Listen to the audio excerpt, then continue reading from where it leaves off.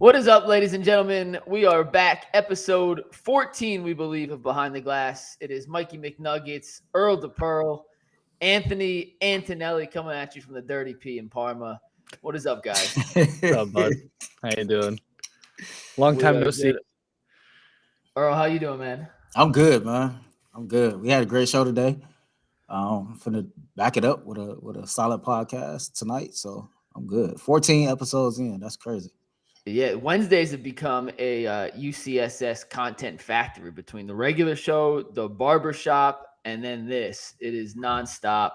If there's breaking news throughout the day, we have a chance to comment on it. And what's up, Cody Clark? How you doing, boss? We're going to give everyone a few minutes to chime in here. Just a little bit of a rundown of what's to come. Damian Lillard was traded from the Western Conference to the Eastern Conference into the Cavs division. He was shipped to Milwaukee to team up with Giannis Antetokounmpo. What does that mean for the Cavs for the upcoming season? Well, we'll dive into that. Plus a little Lamar Jackson versus Browns defense, Ravens, Browns overall preview, and then a few behind-the-scenes stories to wrap it up here. But before we do that, guys, I want to ask you a question. Where were you when you got the text about Dame Lillard? I was sitting outside my daughter's school. So you were waiting for your daughter. Aunt, where were you? I think we were on our meeting, and I was eating lunch just at my kitchen table. It came after the meeting, but that is one of those moments in basketball lure where you go back and you're like, I can't believe that happened. Exactly what I was doing when that trade happened, because it was so out of the blue from what we had heard leading up to it. He said only Miami, but Dame got shipped to the Bucks. We'll break that down in 3 minutes. Real quick, Earl, Leroy was on today. One of the best interviews we've had in a long. Leroy's been on fire this year. Hey, Leroy been cooking, boy. What do you think? What do you think, real quick, of his comments on Nick Chubb and Minkah Fitzpatrick? I think he meant that. Like I think he really feel that way 100%. You know, he said to go low in that situation was a coward move, and I mean, it's in the eye of the beholder. I really don't think it was a dirty play personally. I don't think he did it intentionally. Like you know, I'd have talked to a couple people that played in the league, somebody currently playing in the league, and all the feedback I got was they didn't think it was a dirty play, and Minkah Fitzpatrick is not that type of player. So, you know, I think it was just an unfortunate situation. I think the energy that's being put forth is being put forth because it was Nick Chubb that was on the receiving end of it. You know, and that's unfortunate, but you know, Leroy has some strong comments, man, and that's a strong an opinion. But, you know, we all got one of those. So who am I to tell that man not to look at it the way he do? So, yeah, he played running back in the NFL. You and I and Anthony, we have not. So if he feels that way, he's coming from a place of experience as opposed to what we saw. And we also had Jerry Ferrara on the show on Tuesday, and you have not seen Entourage or Power. No, I have not. Meeting him, which one are you more likely to start watching? Entourage has actually been on my list for a long time, and I've never gotten around to it, so probably that. Don't hurt me, Earl. I know you like Power. Power is also on my list, though. I see clips of Tommy on my TikTok all the time. Like, very excited to see that show. You got to watch Power, man. I told Mike the same thing. I have my homework for this weekend. I got to watch Think Like a Man. That's my weekend homework. Yeah. If you guys haven't seen Think Like a Man, that is one of Turtle's best movies, and overall just a really funny calling movie. Turtle, man. That's Proctor, man. I don't know if it's Proctor. Like, I only know it's Turtle. I gotta watch Stars. Have you seen Entourage? Wait, we had it together. We had a thing, and it said most people knew him from Entourage. So I'm sorry, Earl. Our chat knows him from Entourage. I don't know. He said recency bias. Like, he did say, like, he could be on one side of the street and they calling him Turtle. He could be on the other side and they calling him Proctor. Let me tell you how dope his interview was, though. We didn't have some actors, actresses, you know, other celebrities on outside of the sports realm before. And their individual clips, honestly speaking, usually don't do that well. Man, Jerry did 2.2 and counting. Yeah. Like he's really that dude, man. It was a very fun interview, man. He fit in seamlessly too, which was the best part. When we have guys come in, especially in studio, you can tell if they kind of fit in with the gang or if they don't. And almost immediately before he even sat down, it was pretty obvious Jerry was one of the guys. All right, but it is past 5 minutes, which means it's time to dive into the topics at hand here. Anthony Earl, we all got the news earlier today. The Milwaukee Bucks have acquired Damian Lillard from the Portland Trail Blazers as part of a 3-team deal. The Bucks sent Jrue Holiday, a guy I've never heard of in my entire life, a 2029 first-round pick, and 2 first-round pick swaps to Portland as part of a 3-team trade. The Blazers also got DeAndre Ayton from the Phoenix Suns in exchange for Nursif Jurkic. I never say his name right. It's Jurkic. Let me just pronounce it properly. They got Yusuf Nurkic back. Nurkic. They also got Grayson Allen, Nasir Little, and Keon Johnson. So they get rid of Ayton. They get Nurkic back on top of a couple depth pieces. The Blazers are now reportedly looking to ship Jrue Holiday to another contender. So they're looking to flip and get even more building blocks to put around Scoot Henderson and company. Earl, let's start with Milwaukee, though. And I will ask this question and we'll get big picture. Is Dame and Giannis the best 1-2 punch in the NBA right now? I don't know. I just know that's scary as hell. First thing I said when I seen it was like, damn, man. Like, for real. Like, every team in the East, fight back. Do something. I mean, that puts you in a situation to where you got to do something. I mean, we haven't seen it yet. Hard to say if it's the best, even if you put it on paper. But I just know it's scary as hell. We know what Dame is, man. He's a killer. He's a closer. He's somebody that can go out there and drop 70 on his own. Giannis is a league MVP, 2-time league MVP, NBA champion in his own right, man, and a guy that is a transcendent player. Giannis is one of the best players in the world right now. And just looking at that combination, and you still was able to keep a guy like Chris Middleton on that team, it's about to be scary hours in Milwaukee. You know what I mean? Like, that instantly puts them on a level to where you can possibly go compete for the Denver Nuggets, right? Because if you look at how that team is built, with that combination, that duo front court, back court combination, this is kind of similar, in a way, so to speak. Yeah. So, like, it'd be interesting to see how the nucleus gel, how the chemistry comes together over time. But, like, they damn sure to be taken serious, and they are a legit threat. I mean, right now on paper, they the favorites come out the East, probably the favorites to go play in the finals against the Nuggets. Who knows? So, and what did you think of the Giannis Dame combo here? I mean, I was worried about him going and teaming up with Butler. I knew that was going to make the East real tough down there in Miami. And I know, Mike, you have your theories that it could still happen, but pairing him up with Giannis, I can't add any more that Earl hasn't. That is the East Coast Denver Nuggets right there with the front court, back court. That's terrifying. Yeah, I mean, it's a little different than Jokic Murray, because even as good as Giannis is, and he's a top 2 player in the world, they don't really run offense through him. Giannis still doesn't have like the offensive bag that somebody like Jokic does as a playmaker, a passer. He's kind of just a physical specimen that is impossible to stop when he puts his head down and gets to the basket. On the flip side, I don't think people realize how good of a basketball player Dame Lillard is. And I mean that from just the talent and skill set Dame Lillard has. Dame Lillard is barely 6'3". He is not a super athlete. Like, he's a very athletic guy, don't get me wrong, but he's not like one of the guys with a 50-inch vertical. He's not the fastest dude in the league.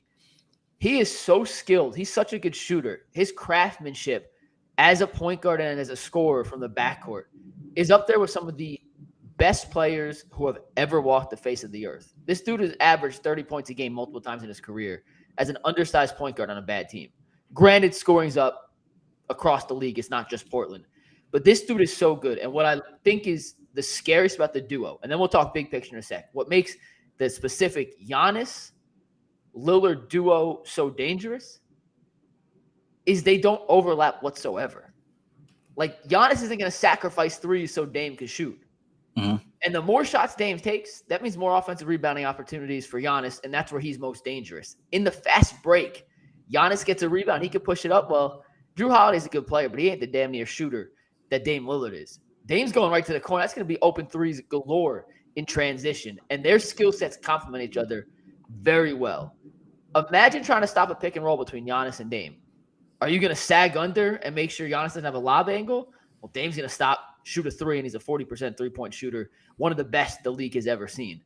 Are you going to chase and leave an open driving lane or an open rolling lane for Giannis, well, Lillard's fine dumping it off and Giannis going to dunk on your head.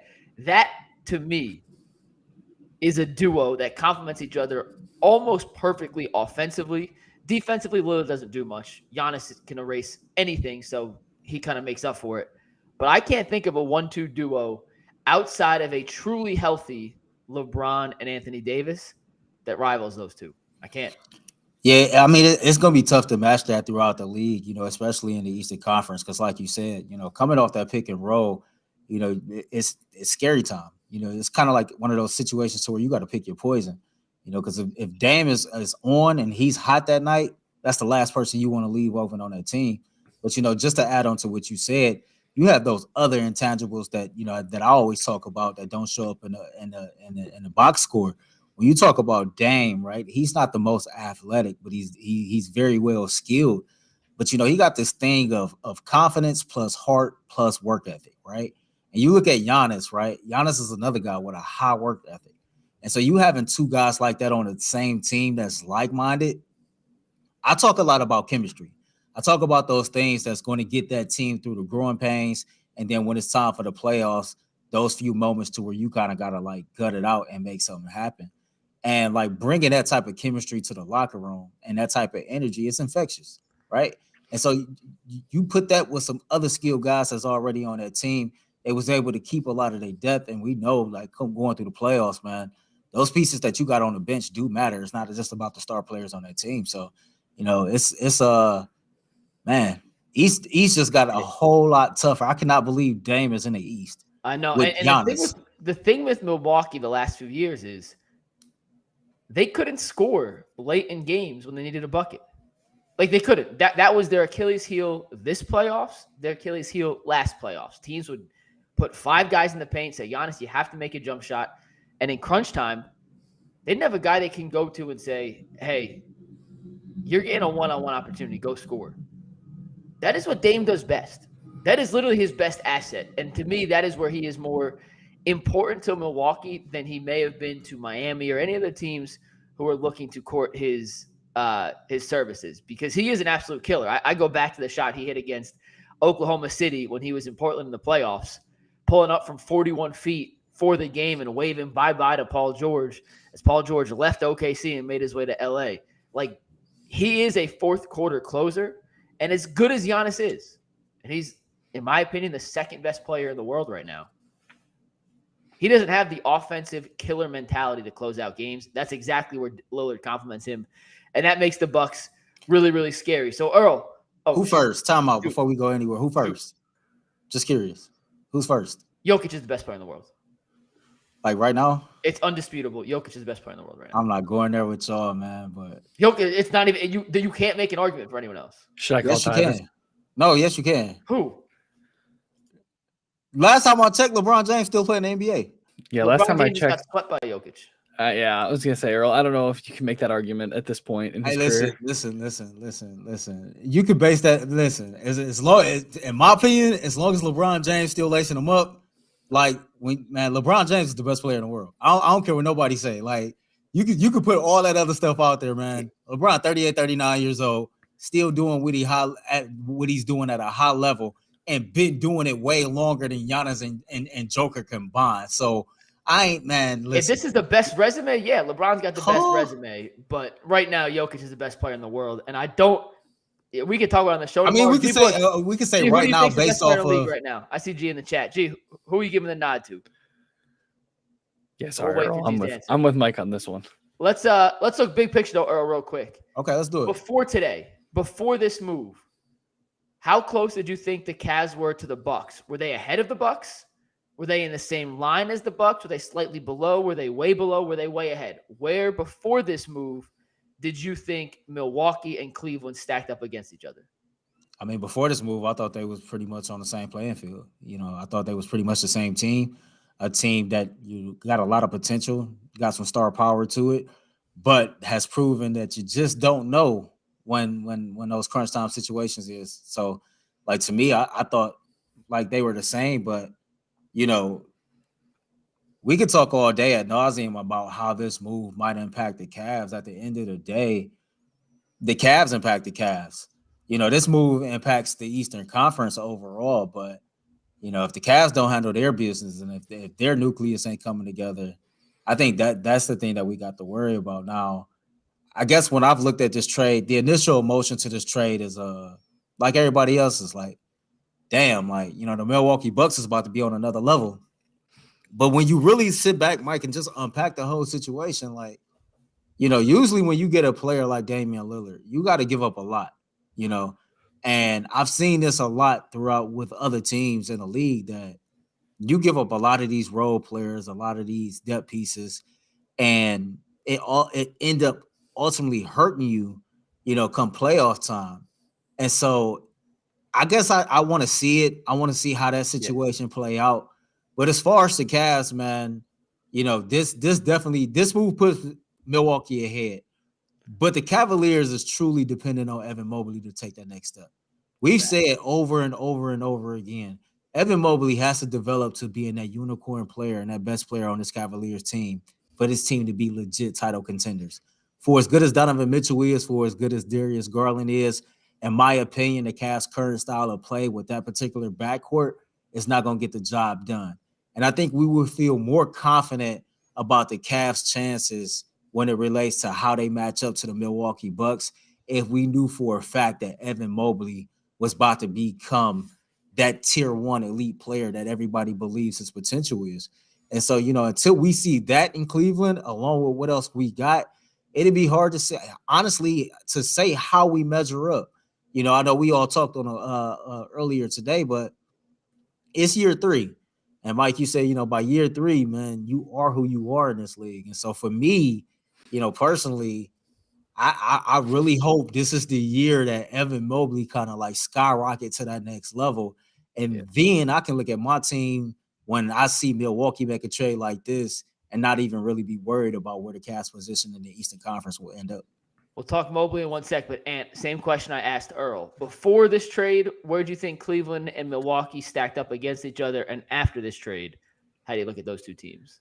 I think Milwaukee was already above us because they had made it there before. And when they're a healthy team, they were very dominant. This obviously puts them, I think, 2 steps ahead of the Cavs, where before they were probably 1 step ahead of the Cavs. They were my biggest fear in the Eastern Conference. Before this, they're still my biggest fear now. It's actually, maybe I'm in the minority. I actually thought the Cavs had surpassed Milwaukee before this trade.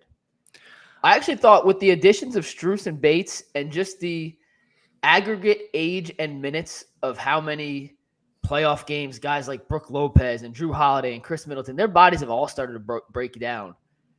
They have a brand new head coach. Budenholzer was a savant in the regular season, a terrible coach in the postseason. I actually thought the Cavs with their moves had slightly crept past Milwaukee and would have been a significant step past Milwaukee if I didn't think Giannis was by far the best player out of anyone on these two teams. But after this trade, I do have to reevaluate, and I'll save my is Dame actually going to play in Milwaukee theory for a second. Let me just stick on this with these two teams right now. This puts the pressure on the Cavs. And Earl, we talk about with the Browns, like we're all in. Like this is the season that they have to go and make a move because there's no guarantee that Donovan Mitchell is going to stick around after this season. And if he doesn't resign, will they look to trade him? Yada, yada, yada, yada. The East was wide open, in my opinion. It was. Philly had taken a step back. I don't love Boston. I think they're an overrated team in the grand scheme of how they have constructed this roster. I don't love the Kristaps Porzingis move. You're banging on a guy now who's 7'3" and hasn't been healthy in 5 of the last 6 seasons to now stay healthy. You trade away Marcus Smart, the heart and soul of your team, and you're supposed to get better. Not buying. I thought the East was wide open, and the Cavs actually brought back the most pieces of their core and added smart pieces. So I was high on them. But when you put Dame Lillard and Giannis on the same team, I think it almost evens itself out. I think the Cavs have much better depth. I think the Cavs defensively actually have a chance to be better than they were last year, assuming Evan Mobley takes that step like we all hope he can, Earl. I told you guys on the phone earlier, by year 3, you kind of know who a player is and what they aren't. We'll know if Evan Mobley has an offensive game or not. Because very rarely, and you can go back and we can go example by example, has a guy who comes in the league young, has 2.5 full seasons and off seasons to get integrated to an NBA system, a locker room, a weight room. By year 3, if he hasn't shown that, the reality is he's probably the player he is right now, which is still a fine player, but that's not a franchise centerpiece like we thought he could be. So I do think it comes down to between Milwaukee and the Cavs, who's going to be more healthy, especially Milwaukee, because their guys are old. They don't have any guards now to guard Darius Garland or Donovan Mitchell. Damian Lillard plays zero defense. And then B, is Mobley going to be the Giannis stopper we thought he could be? Like, those to me are two bigger questions than anything on the Milwaukee side of how they play together, Dame, Giannis, etc. All right, so you said this put pressure on the Cavs, and I don't disagree with that. But Mike, like, what can the Cavs really do? Like, what resources do they have? Like, what pieces can you really move? Because in my mind, you know, I ain't gonna say nothing can't be done. I can think of a few things, and you more familiar with how, you know, the money have to add up in the NBA and the packages have to add up like that. But, you know, if you can, you got a few pieces that you can move. If you truly wanted to kind of like, okay, that's make a significant upgrade, you know, you do have a few pieces that you can move. Will it piss some of the fans off? Of course. Yep. But you ain't really trying to, like, you know, secure somebody's emotions, man. You trying to secure a championship. And at the end of the day, that you might have to make moves that might not make sense to the fans at that time, but make sense when you're trying to build this team with the mindset of keeping Donovan Mitchell for the long term. And with if you still believe that Evan Mobley 4 or 5 seasons from now is going to be your best player, is going to be your superstar, then you need to look at certain pieces on this roster and say, okay, I can possibly do without this. I can get something of nice value for this. And if I can get another player that's in this same 10 to 15 ranking with this guy, then maybe it make more sense for me to go this route. And so, like, yeah, I'm not disagreeing with you at all. You know, maybe the pressure is on. The Cavs do have more depth, man. But, you know, I'm still last year playoffs, man, it just caused some room for me to kind of like pump the brakes on a few things with a few players. And so, like, me saying that, it's like, I really don't know about some things after what I saw. That's why I think the pressure's on, because the Eastern Conference is still wide open. Like Miami, we know they're not going to really try in the regular season. They'll be an issue in the playoffs. You have a bunch of teams who have a lot of question marks. The Cavs, if you look on paper, the Cavs actually have more certainty 1 through 7 than any other team in the Eastern Conference. And if you go in and you're at the midway point of the season and you're looking around and you're like, offensively, I just don't think we can hang in the postseason with some of these teams when it comes down to real legitimate shot making. I don't care if you can score in the regular season. That's irrelevant when it comes postseason time. Case in point, the Cavs-Knicks playoff series last year. When defenses have 7 games to focus in, lock in on what you do, it comes down to individual guys who can make shots. If the Cavs look at their roster and say, 2 bigs may not be the way to play, we need more shooting in certain areas. We're not big, fast, or strong enough to handle Giannis and Brook Lopez in the paint. Or, I hope I never say this again, but Isaiah Hartenstein and Mitchell Robinson. Like, they do have a couple pieces that salary-wise could be moved. That's all I'm saying. So the pressure's on now for Kobe and the rest of the staff, because this is I don't want to say a 1-year project, but if you're keeping Donovan Mitchell, you have to show him you're all in so he has the intention to resign. That's what I mean. There's pressure. And now that Dame's in the conference, everyone else has to step their shit up. I mean, that's fact. Because, I mean, everybody trying to get to the NBA Finals. As you alluded to before this trade, a lot of people probably thought that the East was wide open. And it don't look like that door is as open as it was 24 hours ago. So with that being the case, you know, it's teams like the Cavaliers that's looking like, okay, what do I need to do? A team like Boston is probably thinking the same thing that we're thinking. Yeah. Honestly, you know what I mean? Because they're another team that have a certain nucleus that it works until it don't when it matters. And for me, what I seen with the Cavaliers is they had a certain nucleus that worked until it didn't. And when it didn't, it really mattered the most. And, you know, you go out there and the priority was to go add shooting. And you added shooting at the point guard position, at the forward position, and at the 2-guard position. Kobe Altman did a great job at doing that. And so if you trust what you've drafted, what you've brought in as far as undrafted free agents, if you trust your development system, and based on what you've seen in other areas of this team, then yeah, maybe you can make a few moves again that will piss people off, but will make more sense in the grand scheme of things, because I can't see, even with the shooters that we added, it's certain pieces on this roster that I can care less what they do in the regular season. I can't get this feeling out of my soul until I see these particular people like play in the playoffs, and that's just me keeping it real. Like, and if I know I can get guys out there that's a better fit, might not have the same name or the same star power, but that's a better fit, then I'm all for it, man. Because the goal is to try to win a championship. And anybody in Cleveland who think differently, then shame on you, because we know how it is to be champions, right? And so settling for just getting to the dance, that ain't gonna never be good enough in this city. We got a question from G. Bush here. I'll skip the first part. He said, what's really the difference between Dame and Mitchell at this point? Mitchell might be better than Dame. He might be. He might not be. I think they're pretty similar. The difference is Milwaukee has Giannis, and the Cavs don't have anyone like Giannis. At least that's how I look at it. I don't think there's a big gap between Dame and Mitchell. I think Dame's better than Mitchell, but it's not by a significant margin. They're both elite shot creators, shot makers from a undersized guard position.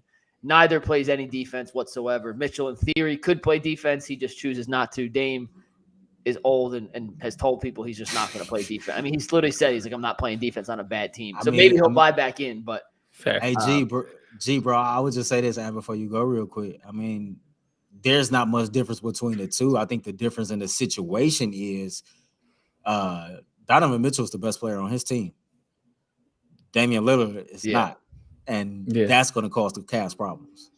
Yeah. It's like if you think they're pretty similar, do you guys all agree that they're right on the same line? It's just a personal. But if you like a guy who's a little more athletic, a little more slasher, and you told me you wanted Mitchell, I'd say sure. Like, I'm not going to argue. If you told me you like Dame just because of his extended range and three-point shooting ability, cool. I think you can make the case for either one.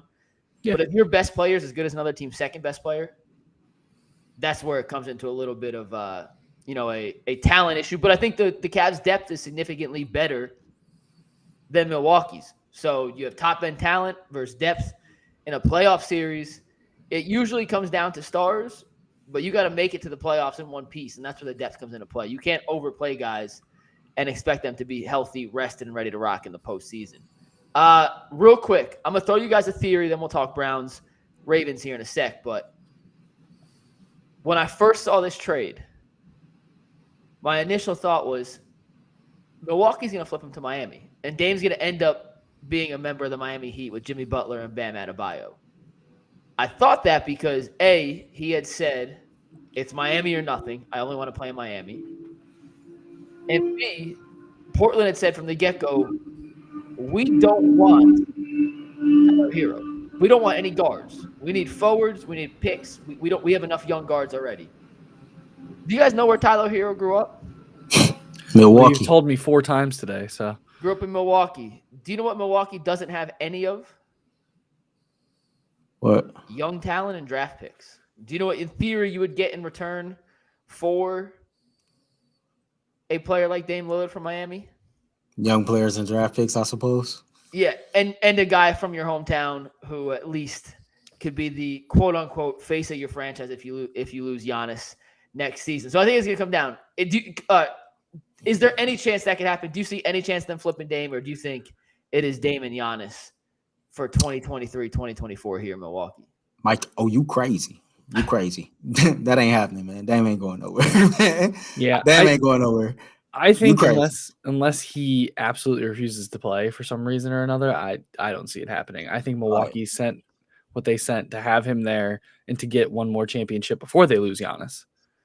Listen, I agree, and this is... He took the words right out of my mouth. That too, yeah. Well, the thing is, if Dame says, I'm not going to... And I told you all on this call before. If Dame says, I'm not playing here, it's Miami or nothing, then in theory, the Bucks flip Jrue Holiday for Hero, Jovic, 2 or 3 first-round picks. What did I tell you? This would only happen if Dame says, I'm not playing in Miami. What did I tell you a couple months ago? Not playing in Milwaukee, excuse me. What did I tell you a couple months ago? I told you, I said Dame can say whatever the hell he want to say.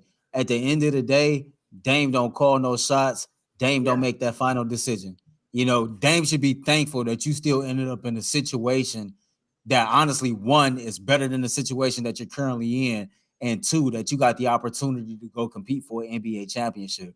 So, yeah, it might not be Miami. It might not be with the guys that you wanted it to be with, but somehow, some way, man, the good Lord landed you in a spot with a player that's better than you, and you can help assist him and his team go win a championship. So, like, to me, like, it ain't never been about what Dame won. Dame got to remember, people sign his checks. It ain't the other way around. So in the NBA, that's never stopped people from demanding where they go. Yeah, but unless you're like LeBron James, unless you like one of those dudes, Dame ain't on no level to call those type of shots. It's a very few. I can think of less than 3 players on that level that can call those type of shots. We had the whole argument on one of the first behind the glasses whether or not it was right for Dame to do what he did. So I'm with you. I'm just saying there's a chance, because he has said publicly time and time again, it's Miami or nothing. I seen this tweet today. If that's the case, then maybe Milwaukee did this with the intention of flip him to Miami and take the assets back that Portland clearly didn't want from the Heat. His tweet today said "Go Bucks." He was excited for this next chapter. So I think Milwaukee's all in for one more championship before they lose Giannis. Maybe they just want one more before it goes into a full rebuild.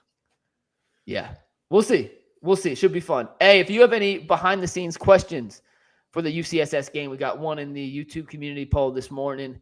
We'll answer those at the end after we talk a little Ravens Browns here. Earl, we mentioned it this morning. We were talking about what it would take for us to fully buy into the Browns, and whether or not either A, you're currently all in, this team is legit, 0 questions in my mind.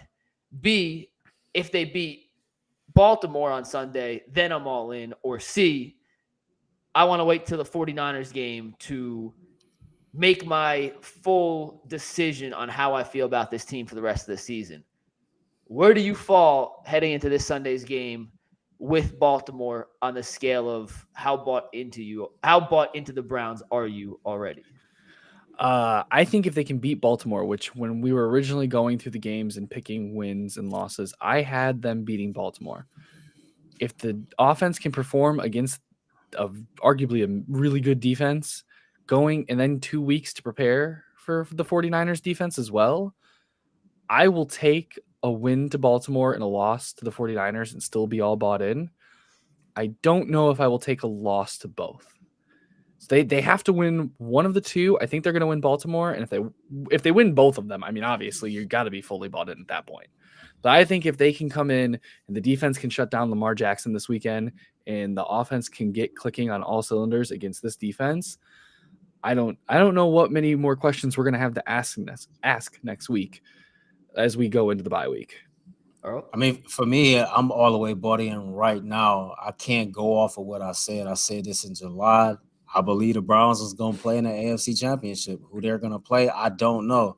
It might sound silly to some people on certain weeks. It might look legit to other people on other weeks.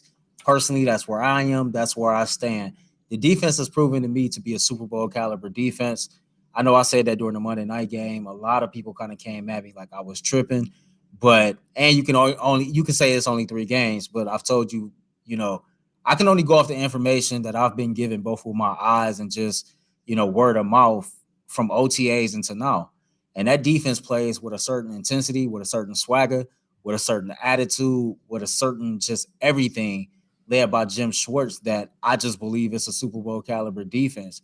And throughout 3 games, it's been a historic defense, throughout the NFL's history. And so, of course, it's not going to, be this bizarre and this out of the world all season long. But I definitely believe that they can maintain what they've built on that side of the ball. And we know defense travels. I mean, as far as the offense goes, I agree with what Leroy said earlier. I thought last Sunday was the first game that Deshaun Watson looked absolutely comfortable playing a quarterback position for the Cleveland Browns. It's almost like something clicked.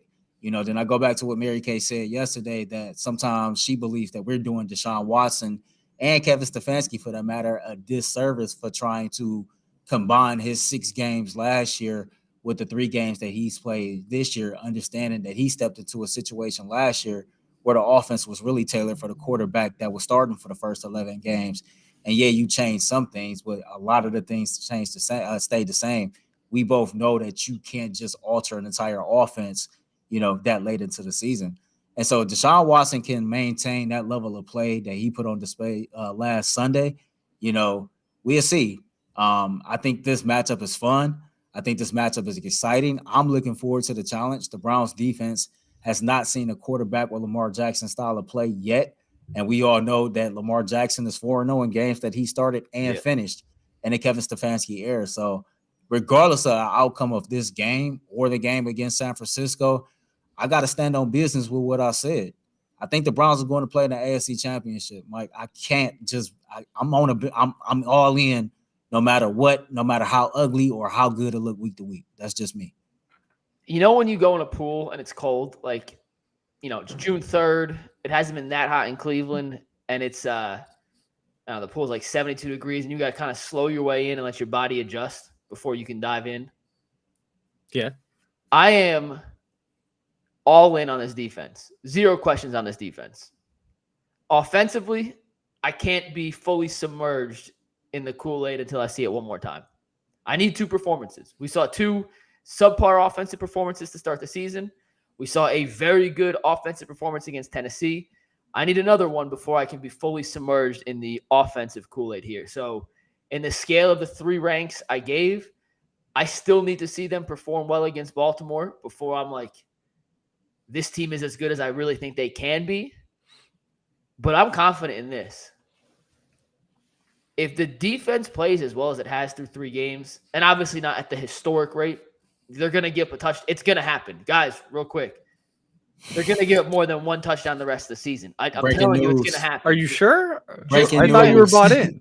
They might give up 2 in one game. It might happen. I'm just giving you fair warning now. The world is not ending, and as long as that defense is as good as it should be, and they stay healthy, there's no reason that regardless of how the offense plays, they shouldn't be in every game. I go back to that Pittsburgh game, and it still baffles me how they lost Pittsburgh. There is no reason in the world that we shouldn't be 3-0 right now.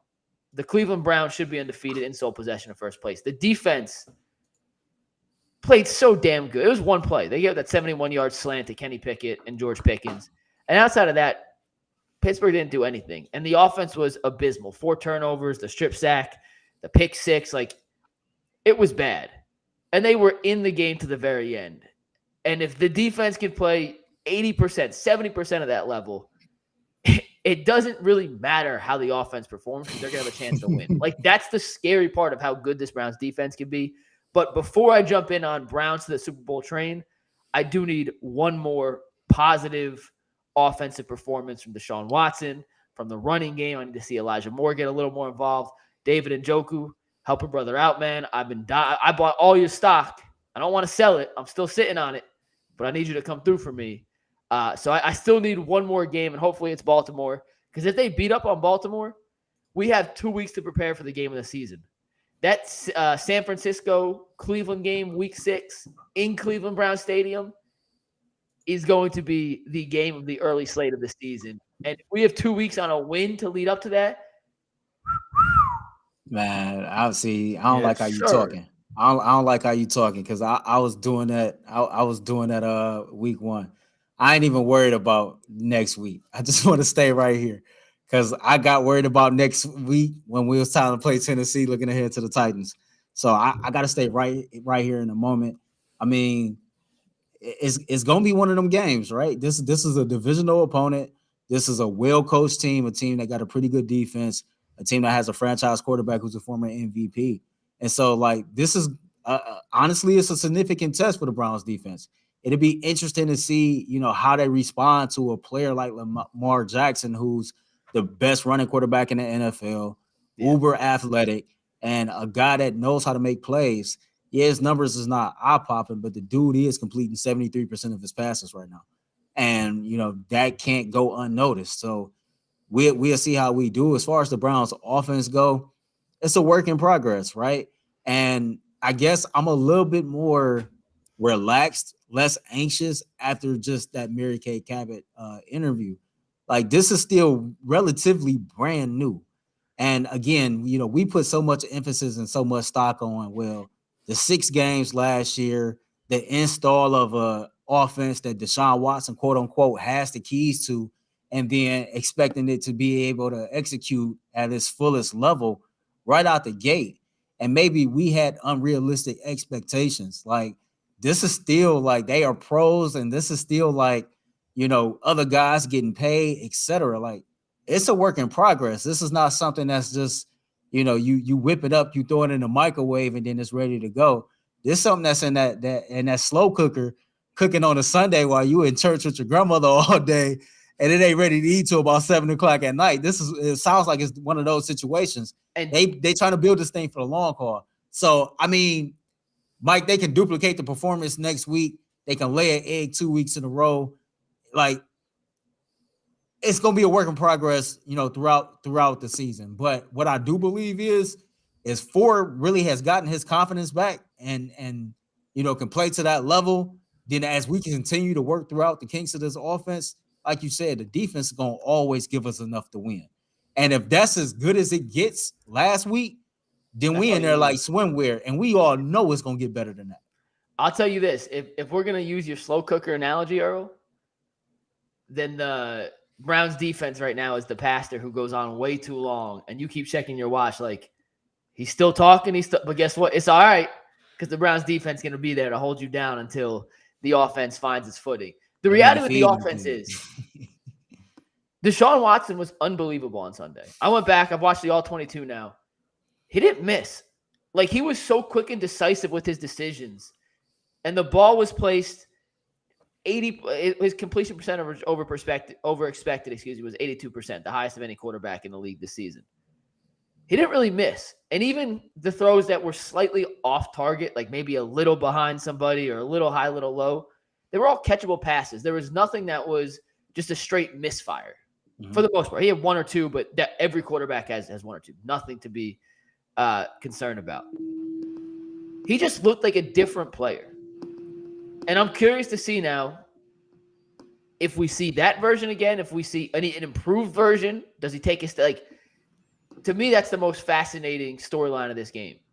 What happens to Deshaun Watson? Because I could see him getting even better. I mean, he threw 289, 2 touchdowns. Should have been a little more with the Cooper play, regardless. But he's had games where he's thrown for 400 yards and 4 touchdowns. So that was not the best Deshaun Watson could play. Is he going to take a step back? And frankly, I lean towards him playing better because I was waiting for that one game to build upon. I don't know, though. You know what I mean? I don't know, and I don't think anyone knows, including Deshaun and Kevin Stefanski. But the fact that Deshaun came up there today, and Earl, I know you listened to the press conference, that man sounds cool, calm, and collected. Yeah, he do. And he seems under control and sounds under control and at peace with what Kevin Stefanski's asking him to do within this offense. And we won't know till Sunday. I'm not looking at any more silly dimes he throws in practice. I'm not looking at any more Elijah Moore highlights because we haven't seen that in 3 games yet. Like, you could put anything you want on Twitter, Browns. I need to see it on Sundays. He sounds like a guy that is confident he's headed in the right direction. And that's what I have to go off, because the last thing I saw from him was stellar. He sounds confident. Why am I to believe that won't continue on Sunday? Yeah, I can agree with that. I mean, his body language, his tone of voice, the way he answered the questions. Shout out to him, by the way, for wearing that East Cleveland Chiefs Unity League football hoodie, man. That was dope. Way to represent. But, I mean, to me, Deshaun Watson playing better because you alluded to, we've seen him throw for 400 yards. We've seen him throw for 4 touchdowns in the game. We've seen all that before. Him playing better, and granted, he played, I thought, damn good last week. Phenomenal. It's not measured in the stats to me. It's about, okay, looking at those 7 throws or those 6 to 7 throws that weren't that great, you know what I mean, or the decisions that, he could have been better on. Those are the things that if I was him, I'm looking at this week in the film room and say, okay, how can I get better in these areas? Because he did the things that you want your quarterback to do.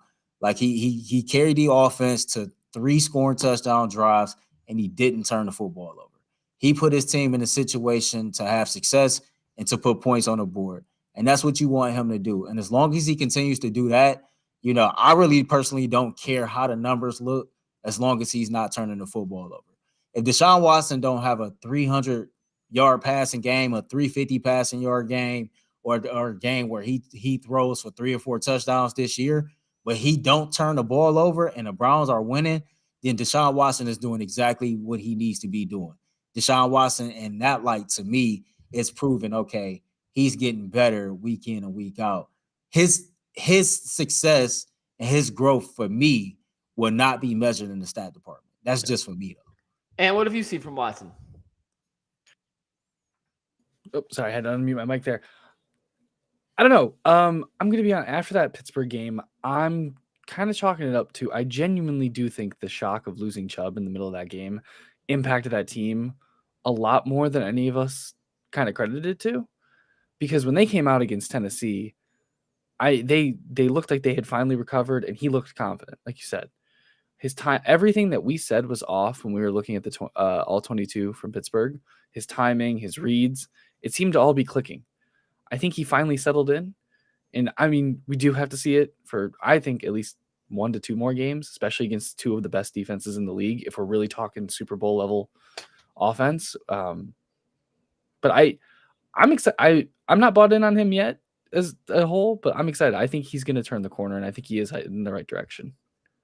The fact that we're having conversations about him heading in the right direction is a positive after the first 2 games and the conversations that followed both Cincinnati and Pittsburgh. On a non-quarterback related note here, Earl, stopping Lamar Jackson is of the utmost importance anytime you play the Ravens, but they have a couple receivers who have kind of given Baltimore a new dynamic offensively. Todd Monken's the new offensive coordinator. Greg Roman's no longer there. Zay Flowers has been their number 1 option through 3 games, the rookie first rounder out of Boston College. You're not worried? Man, happy birthday to my dog, MJ Emerson, man. I don't give a damn about no Baltimore Ravens wide receivers. Is you serious? We got Denzel Ward. We got MJ Emerson, man. So what if Greg Newsome don't play? Rest up, my G. Get better, man. Cam Milton, he held it down last week. I know he had the one pass where the interception bounced off his hands and the receiver caught it for a long game, man. But, man, don't come talking to me about no Baltimore Ravens wide receivers. And you see our DBs? You see what we do? Hold on. You just got mad at me for not letting you get too confident because you said the last time I got too confident, Pittsburgh happened. So I'm going to ask you again. Is there even the slightest – okay, this is on my list. Are you even slightly worried about the Ravens receivers knowing how well the Browns secondary is played? I'm going to take that no. Not at all. Neither am I. And we had the conversation for Pittsburgh. What did I tell you man. for Pittsburgh? What was I most scared about Pittsburgh? Mike Tomlin. I wasn't worried. Yeah. That's what scares me. I'm not worried. I don't think these receivers can do anything against these DBs. Bro, I'm so confident in my boy, man. Listen, like Mike Evans last year was one thing. He earned DeAndre Hopkins respect on Sunday, right? That's one of the greatest wide receivers we've seen in the last 10 years. Like I told y'all before the season started, like, dude is him for real. Denzel Ward looks to be back to his Pro Bowl form. He looks like to be becoming like being back to being that dude for real. Like, you know, Greg Newsome has played the nickel corner position better than most throughout 3 games this season. You see these young DBs out there, man, making moves and making plays. And like, you know, I'm laughing and I ain't trying to be disrespectful to the Baltimore Ravens at all, man. But I'm that confident in our DBs, and I just don't. They're good wide receivers and they can make some plays. But yeah, I'm confident in our group, man. I'm just confident. I'm that confident in that particular position group. And do you share the same charisma as Earl of Pearl does about the Browns defensive backs versus the Ravens wide receivers? Honestly, yeah. I mean, like I know I can't name a lot of the players in the NFL, but when it comes to the receiving core of the Ravens, I don't think I know a single name. OBJ. Oh yeah, I kind of forgot he was there. Is he playing or is he hurt? Yeah, I was gonna say. They got him. They got Aguilar. They got Zay Flowers. Man, we know what Mark Andrews brings to the table. They got Rashad Bateman. They got a solid young core with a lot of potential, man. That's led by their tight end Mark Andrews. They got some dudes that can catch the football and some dudes that can make some plays. And they got a quarterback that can make some plays. I ain't taking that away from them, man. But I didn't see a corner who I believe me and Jason have seemed like to be the two people that's like, okay, MJ might be like really, really different. And every time he gets the opportunity to go up against somebody that's respected in the NFL, he holds his own. We know what Denzel Ward is. Greg Newsome was a high draft pick who's balled out more often than he's not throughout his career. So I'm looking at those three players in particular, and I'm like, okay, I trust them dudes. Cam Mitchell got an opportunity to play an extended amount of time last week, and he did not disappoint. No. We ain't had Cam Mitchell in our rundown. We ain't had to make no canvas. We ain't had to throw no poll questions up. And this dude was a 6th-round draft pick. That's another testament to where this system is different. It's unique. You got a guy like that stepping out there, and he's showing you right away, like, in this system, I can go out here and make some plays. And do you know what really helps, Earl? You know what really helps a guy like Cam Mitchell and all these DBs, especially the fact that they're covering for a second and a half before Ryan Tannehill's bailing. Remember, we heard Juan Thornhill talk about they don't get all the way in their sets that the defensive line is handling their business that quick. So. Yeah, and I think that's what worries me about the Ravens a little bit is containing Lamar when he does roll out. That's where I'm concerned, but our defensive line is so good. I would assume that would fall onto the responsibility of the linebackers to clean that up. Linebackers, we're going to talk on the TV show Friday who we think is best suited to spy Lamar Jackson. I don't want to give that away. But I will say, for a scrambler like Lamar, he wants to roll right as much as he can. Like, if he's gonna scramble, he's going to go right. What kills you as a defense is if you have pass rushers who get pressure, come around the edge, and there's a lane for him to step up and run. And that's where guys like Tomlinson, guys like Hurst, guys like Shelby Harris are of the utmost importance against a team like Baltimore, because those guys have to have sound discipline, rush their lane, do not allow Lamar Jackson to squeeze through these little holes. You got to bring him down if he's trying to get through a little crease in the line. But I don't see how any team in the league, as currently constructed, will stop Myles Garrett, Zadarius Smith from getting pressure on the outside. It comes up when Lamar Jackson steps up in the pocket. Can they bring him down? And we're going to find out. This is the first real test against a mobile quarterback. The only time Lamar has ever played a Jim Schwartz defense, he ran for 108 yards. It's not a big enough sample size. It's the only data point we have. It's not a big enough sample size. I'm not saying it's a trend, but it's the only game we have to go off of. What was that, 2020 or 2019? 2020. It was October 18th, 2020. The Ravens beat the Eagles 30-28. Lamar threw for $187 and a touchdown, ran for 108 and a touchdown. Bad job out of all three of us, and especially bad job out of you, Mike. And Ant, you'll back me up on this, right? Mike, I expect better out of you. You know what we should have did that we're gonna do? What? He ran for 108 against that Jim Schwartz defense. I'm curious to know what his rushing yard totals was against other teams. That year? That year. I can tell you right now. Hold on. I'm curious to know what it was. Yeah, Mr. Numbers. I'm surprised we didn't actually think of that angle.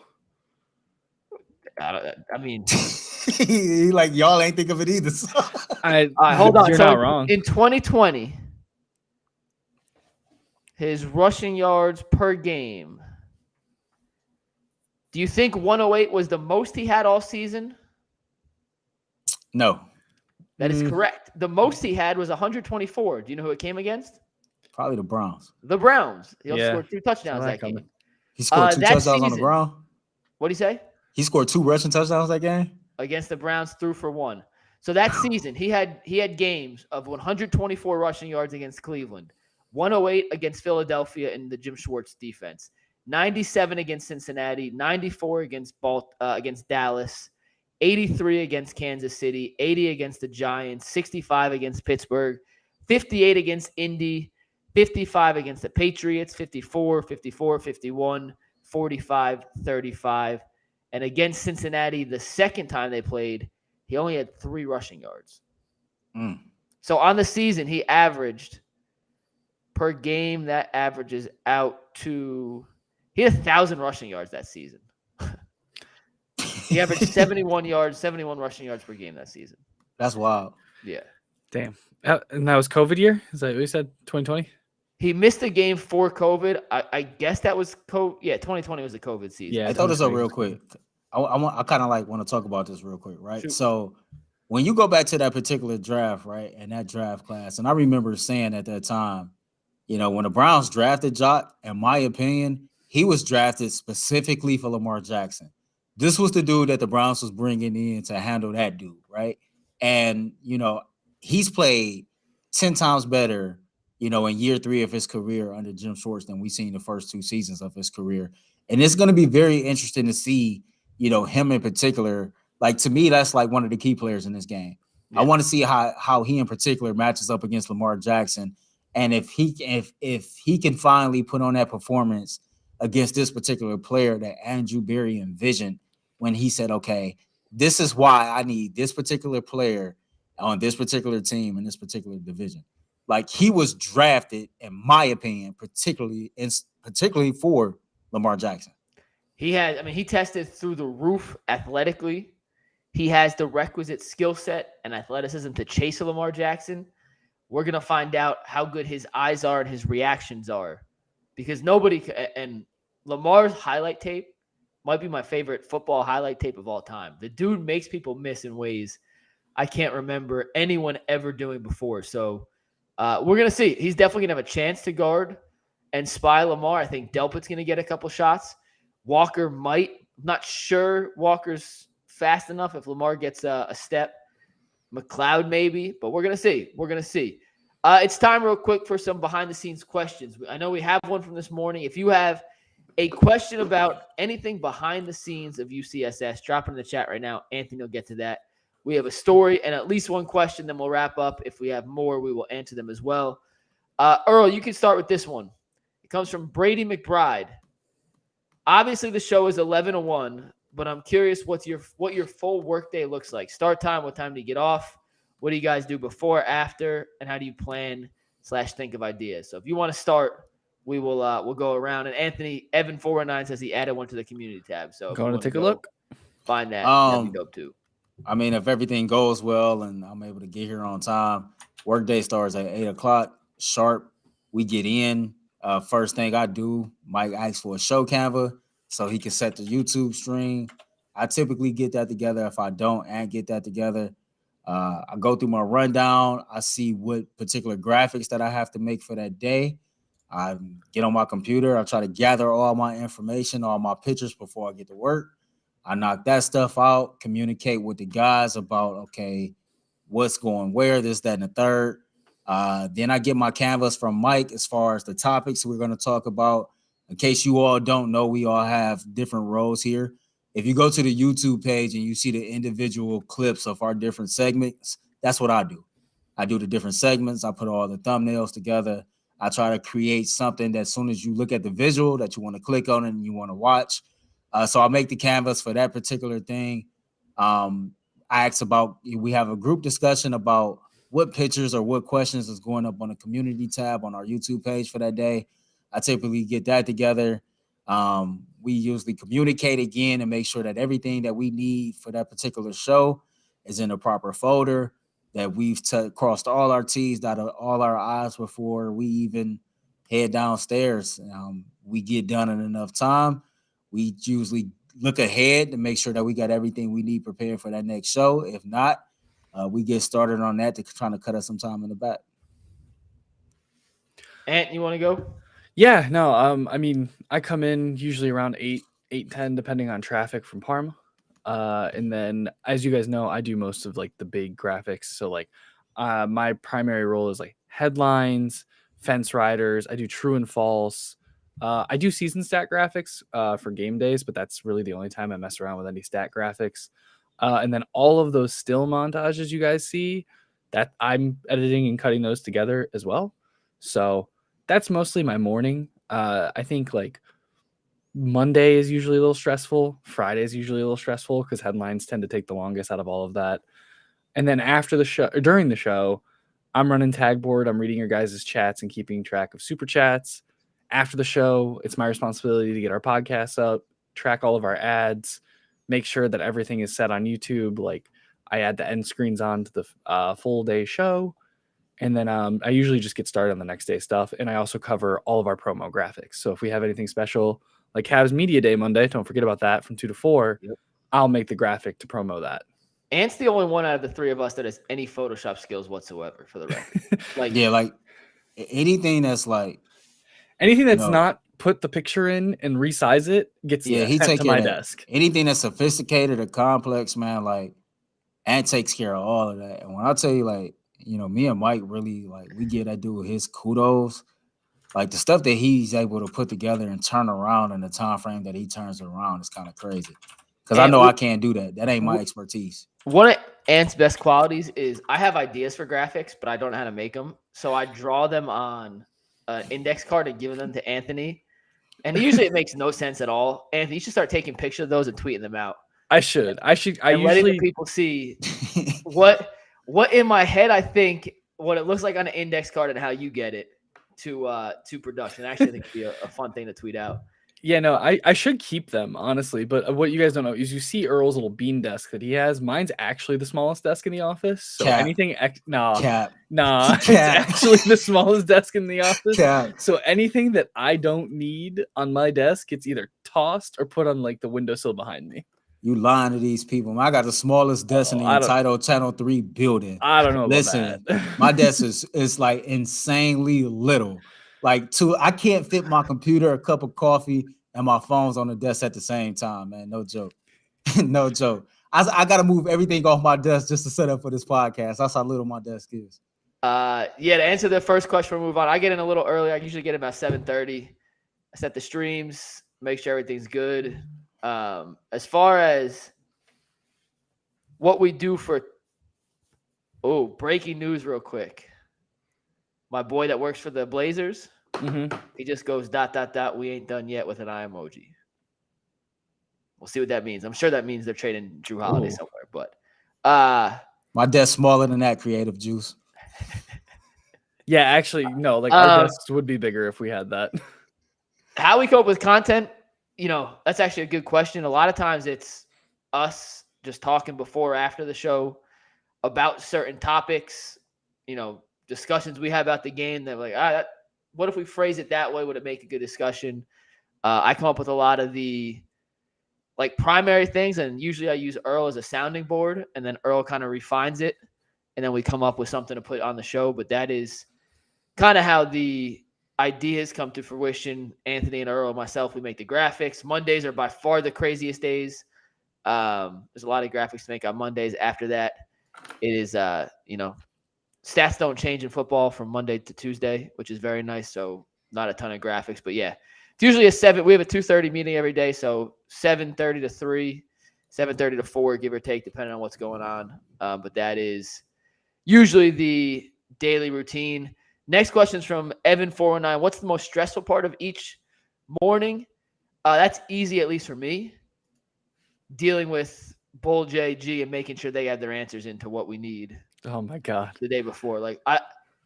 Hey, shout out to them. They got all their fence rider questions. They did. Today was maybe the best they've ever done. But trying to get answers from those guys is not easy.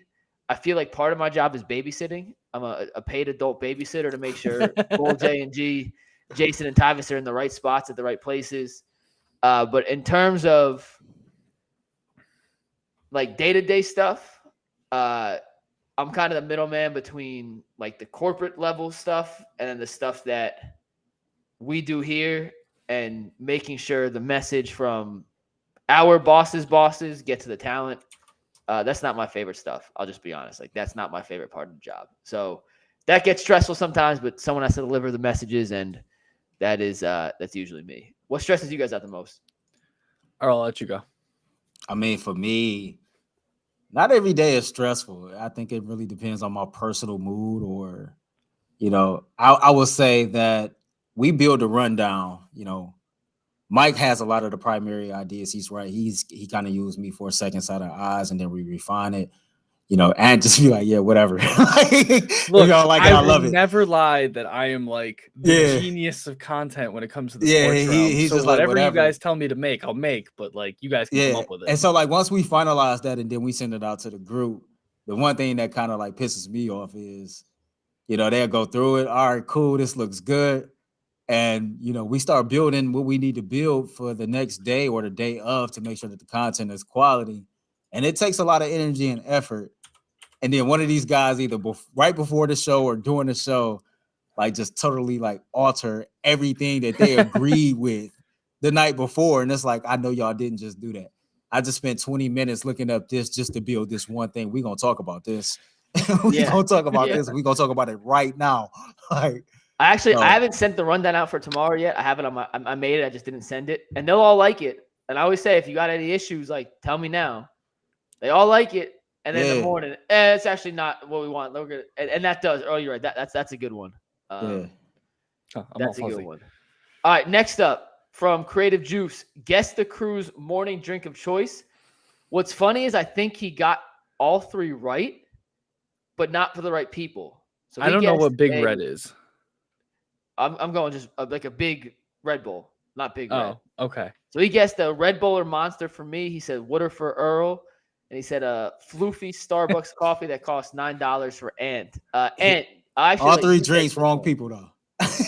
I'm a Dunkin' coffee guy because it's only $3 for my large iced coffee. Thank you very much. But I usually have a coffee and then maybe like a Gatorade or a water. That's usually what I come in with. I come in with coffee every day.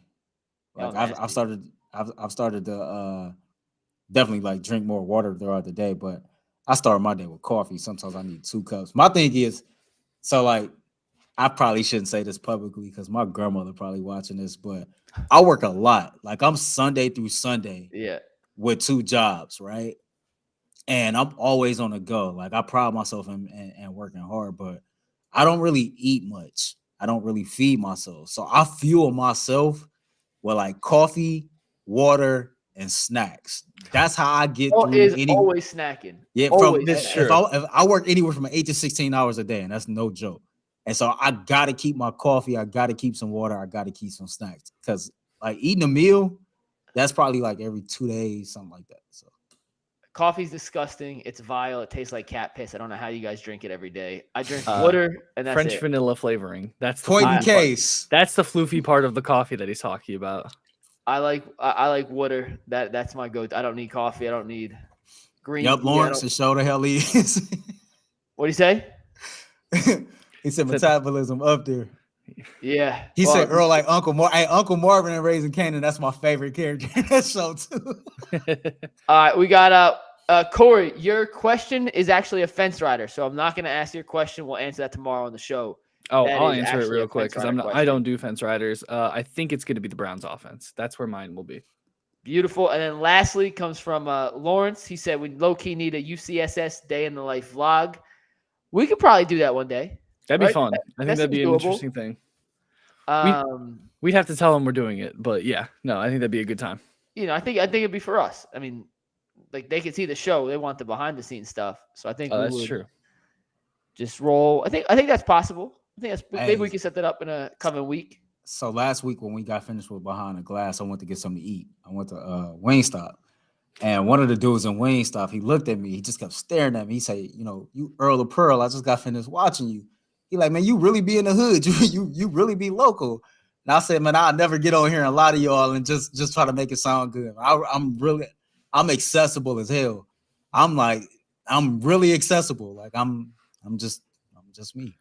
So I think that would be cool. I wonder what a day in the life of McNuggets would look like.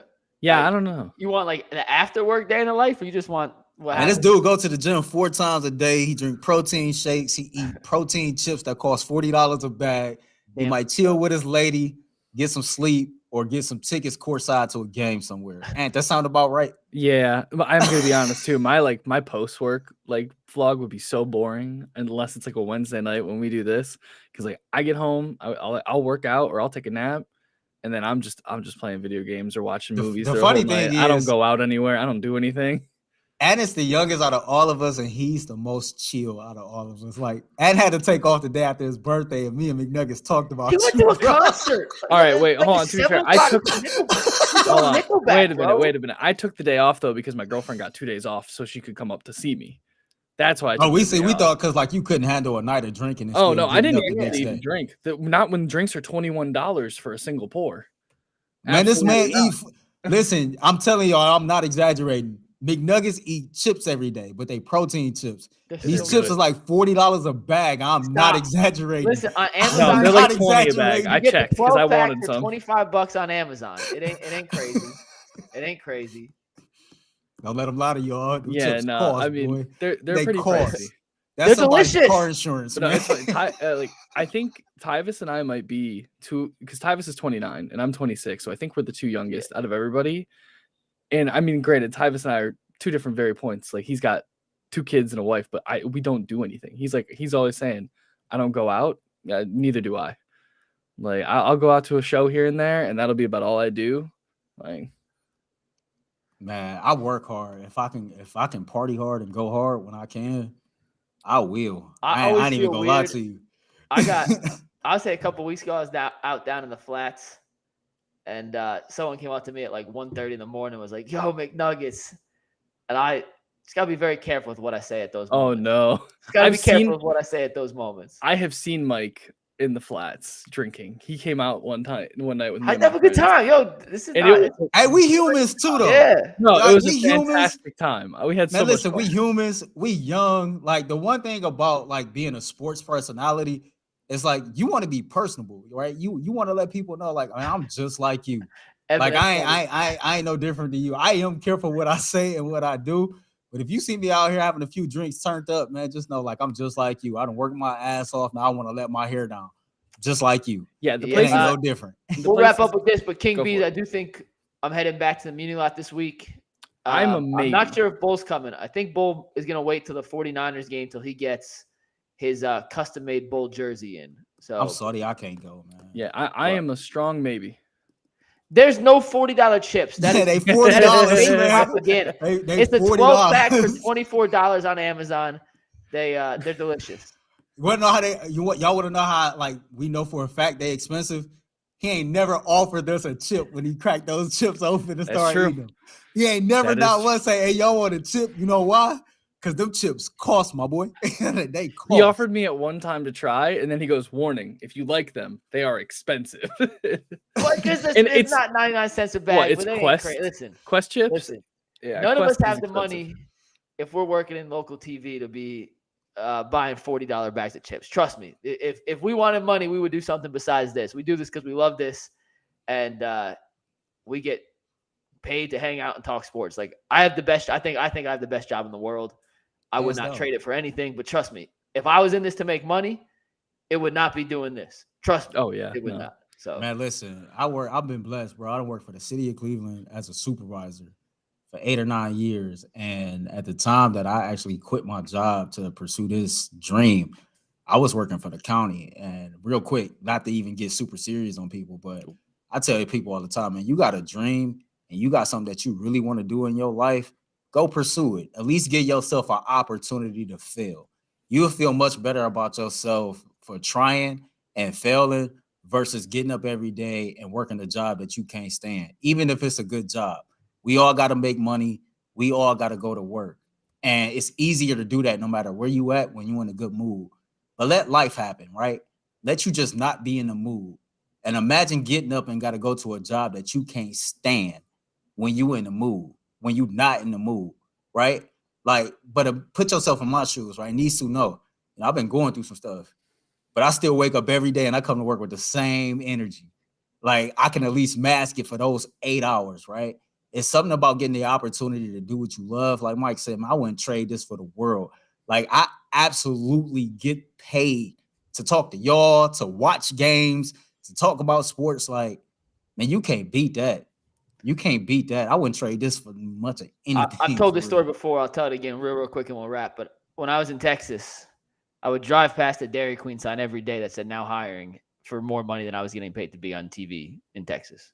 Like that's just plain and simple. If you want money, this is not the industry to start. You can make money in the long term, but it's certainly not the fastest way. But we do it because we love it. We have a blast. Earl and Anthony are my dudes. We have fun doing this every week. We appreciate everyone who tuned in tonight. To Behind the Glass. We are back tomorrow on the Ultimate Cleveland Sports Show. We have Aditi.